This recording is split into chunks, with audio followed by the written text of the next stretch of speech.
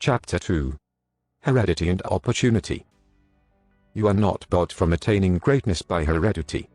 No matter who or what your ancestors may have been or how unlearned or lowly their station, the upward way is open for you. There is no such thing as inheriting a fixed mental position. No matter how small the mental capital we receive from our parents, it may be increased. No man is born incapable of growth. Heredity counts for something. We are born with subconscious mental tendencies.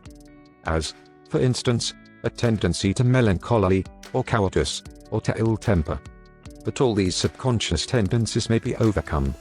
When the real man awakens and comes forth, he can throw them off very easily. Nothing of this kind need keep you down. If you have inherited undesirable mental tendencies, you can eliminate them and put desirable tendencies in their places.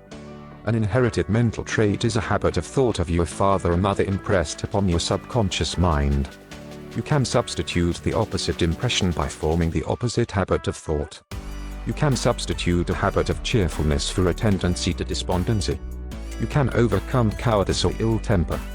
Heredity may count for something, too, in an inherited conformation of the skull. There is something in phrenology, if not as much as its exponents claim.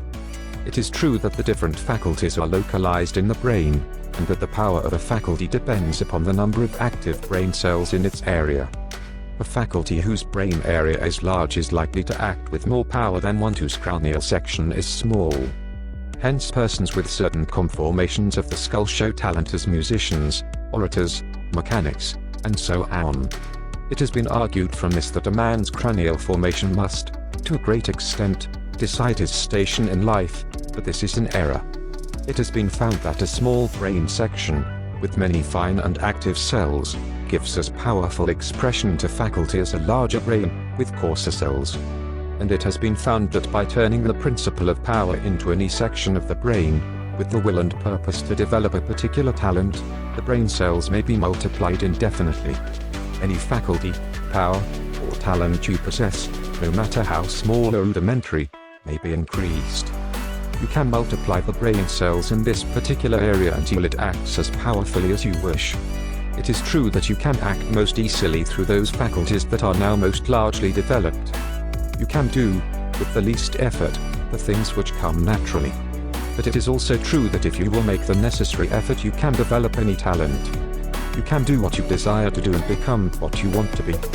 When you fix upon some ideal and proceed as hereinafter directed, all the power of your being is turned into the faculties required in the realization of that ideal.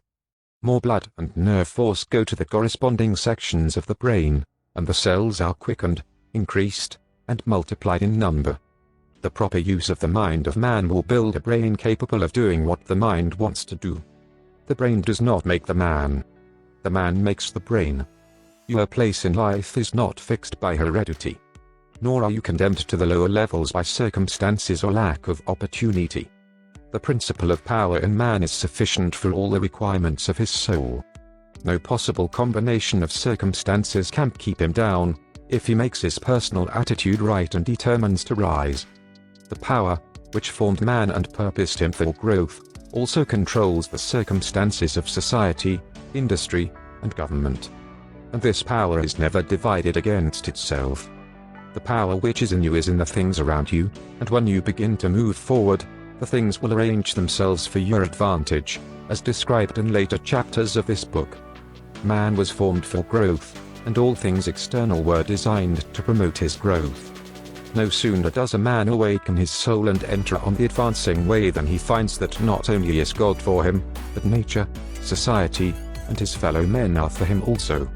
And all things work together for his good if he obeys the law. Poverty is no bar to greatness, for poverty can always be removed. Martin Luther, as a child, sang in the streets for bread. Linnaeus the naturalist had only $40 with which to educate himself. He mended his own shoes and often had to beg meals from his friends. Hugh Miller, apprenticed to a stonemason, began to study geology in a quarry. George Stephenson, inventor of the locomotive engine, and one of the greatest of civil engineers, was a coal miner, working in a mine, when he awakened and began to think. James Watt was a sickly child, and was not strong enough to be sent to school. Abraham Lincoln was a poor boy. In each of these cases we see a principle of power in the man that lifts him above all opposition and adversity. There is a principle of power in you. If you use it and apply it in a certain way, you can overcome all heredity, and master all circumstances and conditions and become a great and powerful personality.